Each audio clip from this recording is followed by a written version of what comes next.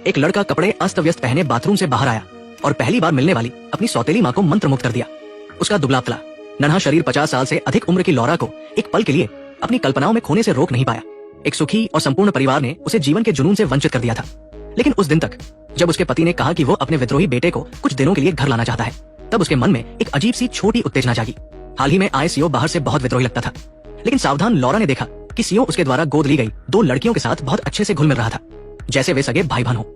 लेकिन जब भी दोनों लड़कियां वहां नहीं होती थी, वो अपने पिता के प्रति शत्रुतापूर्ण हो जाता था, यहाँ तक कि बात भी नहीं करना चाहता था।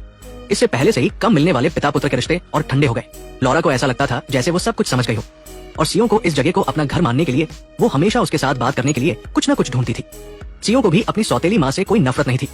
अपने पिता की तुलना में वो इस सौतेली माँ से ज्यादा बात करना पसंद करता था। यहाँ तक कि जब लौरा अलमारी से कुछ नहीं निकाल पाती थी, तो सीओ उसे देखकर मदद के लिए हाथ बढ़ाता था, जिससे लौरा को लगता था कि सीओ धीरे धीरे इस परिवार में शामिल होना चाहता है। उस दिन वे सब नदी किनारे तैरने गए। सीओ ने बर्गर उठाया और बड़े बड़े कौर लेकर खाने लगा। ये दृश्य देखकर लौरा को अपनी आंखों पर विश्वास नहीं हुआ, क्योंकि जब भी उसका पति आसपास होता था, सीओ आमतौर पर खाने से बचता था। उसे इतने लालच से खाते हुए उसने पहली बार देखा। सीओ का जवाब था कि जब भी वो अपने पिता को पास में देखता है, उसे घिन आती है और भूख मर जाती है। अब सबके फोन की बैटरी कितनी है, कमेंट में बताएं। एक ही बैटरी प्रतिशत वाले दोस्त बन सकते हैं। दोपहर की आरामदायक समय बिताने के बाद सीओ और उसकी सौतेली माँ के बीच की दूरी धीरे धीरे कम होने लगी। लौरा इससे बहुत खुश थी, क्योंकि जब भी उसका पति आसपास नहीं होता, सीओ एक सामान्य बच्चे की तरह खुशहाल हो जाता था। चूंकि उसके पास ज्यादा दोस्त भी नहीं थे, इसलिए वे दोनों निजी तौर पर धीरे धीरे एक दूसरे से परिचित होने लगे। हालांकि इस सौतेली माँ के सामने सीओ धीरे धीरे साहसी होता गया। उसने सुझाव दिया कि वो लौरा के हाथ पर एक छोटा टैटू बनाए, और इस विषय पर चर्चा करते समय उनकी शारीरिक निकटता ने लौरा को एक अलग एहसास दिलाया, जो अपने पति के साथ होने से बिल्कुल अलग था। उसके मन में इस सौतेले बेटे के साथ समय बिताने की चाहत बढ़ती जा रही थी। उस रात जब लौरा किताब पढ़ रही थी, सीओ अचानक एक अजनबी लड़की को घर लाया और उसे अपनी सौतेली माँ से मिलवाया, ये कहते हुए कि ये उसकी नई प्रेमिका है।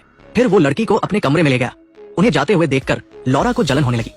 पहले तो उसने ज्यादा नहीं सोचा, लेकिन अगले दिन जब उसका पति मेहमानों को घर पर खाने के लिए लाया, तो खाने में उसका मन नहीं लगा और वो लगातार सीओ के बारे में सोचती रही। सीओ ने भी उसकी असामान्यता को भांप लिया और उसे बाहर 2 ड्रिंक लेने के लिए आमंत्रित किया।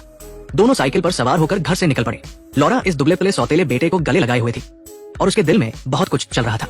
बाद में लड़का अपने फोन पर खेल रहा था, लेकिन सौतेली माँ उसके कमरे में आई और उसे सुलाने की कोशिश करने लगी। उसे नहीं पता था कि उसकी छोटी छोटी हरकतें पास में बैठे बेटे से छिपी नहीं थी। दोनों अनजाने में एक दूसरे को चूमने लगे। जुनून खत्म होने के बाद सौतेली माँ को बहुत पछतावा हुआ। उसने बेटे से कहा कि उन्हें ये बात भूल जानी चाहिए, लेकिन लड़के का बेपरवाह रवैया ऐसा लग रहा था जैसे वो अपनी सौतेली माँ की बात को गंभीरता से नहीं ले रहा हो। अगले दिन लौरा ने अपने पति को बताया कि उसने बेटे के लिए एक कंप्यूटर खरीदा है ताकि वो फोन कम इस्तेमाल करे। ये सुनकर पति बहुत खुश हुआ। उसकी पत्नी का अपनी पहली पत्नी के बेटे के साथ अच्छा तालमेल उसे वही चाहिए था। वो मन ही मन खुश था कि उसकी दूसरी शादी सही इंसान से हुई, लेकिन उसे नहीं पता था कि जब वो आसपास नहीं होता, तो ये नया आया हुआ बेटा पहले ही उसका घर चुरा चुका था। पिता के में सीओ बेझिझक अपनी सौतेली माँ के साथ समय बिताता था। उसके बोल्ड और बेपरवाह शब्दों ने लौरा को एक ऐसी उत्तेजना दी जो उसने पहले कभी अनुभव नहीं की थी। और इससे भी ज्यादा हैरानी की बात यह थी कि उस दिन उसकी छोटी बेटी का जन्मदिन था। लौरा ने पड़ोसियों को पार्टी में आमंत्रित किया था, लेकिन उसे कभी नहीं लगा था कि पानी लेते समय सीओ अचानक पीछे से उसे गले लगा लेगा। ये देखकर लौरा ने कोई विरोध नहीं किया। ऐसा लगता था कि उसे ये रोमांचकारी छिपा हुआ एहसास पसंद आ रहा था। लेकिन अगले ही पल उसकी छोटी बहन अचानक वहां आ गई। बहन के चले जाने से पार्टी पर कोई असर नहीं पड़ा। सभी मेहमानों के जाने के बाद लौरा ने चुपके से सीओ को जंगल में बुलाया। उसने गंभीरता से सीओ को बताया कि उनके बीच जो कुछ भी हुआ उसे यही खत्म करना होगा। परिवार की शांति बनाए रखने के लिए उन्हें पहले हुई बातों को भूलना होगा और कभी इसका जिक्र नहीं करना होगा। तभी उनका परिवार टूटने से बच सकता है। सीओ अपनी सौतेली माँ की बात को समझ नहीं पाया। उसका मानना था कि दोनों का साथ में खुश रहना ही सबसे जरूरी है और दूसरों की राय की परवाह करने की कोई जरूरत नहीं है।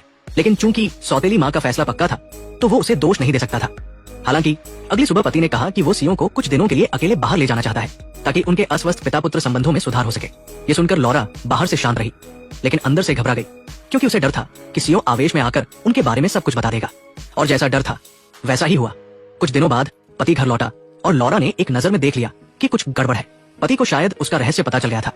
सौतेली माँ हर रात बेटे के कमरे में उसे सुलाने आती थी और एक मौके पर पति ने ये देख लिया। दरअसल जब लड़का अपने पिता के साथ अकेले था, तो उसने सौतेली माँ से बदला लेने के लिए उनके बारे में सब कुछ बता दिया। लौरा नाराज होने का नाटक करते हुए मुड़ी और अपना सामान पैक करने लगी।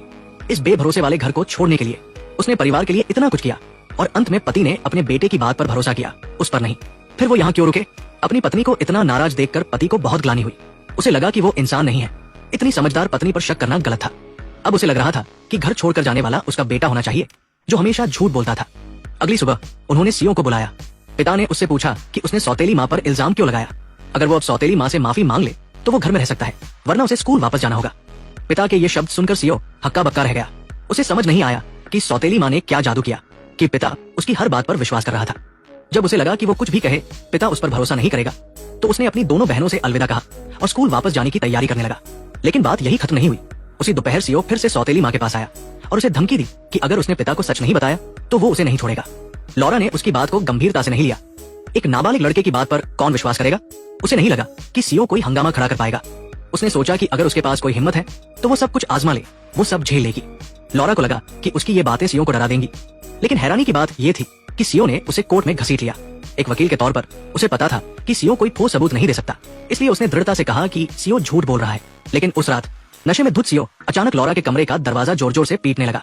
लॉरा उसे रोकने के लिए बाहर आई, लेकिन चौंकाने वाली बात यह थी कि आधी रात को अकेले मिलने के बाद दोनों ने एकमत से फैसला किया कि वे अपने पिछले रिश्ते को फिर से शुरू करेंगे। इसके साथ ही फिल्म अजीब तरह से खत्म हो गई।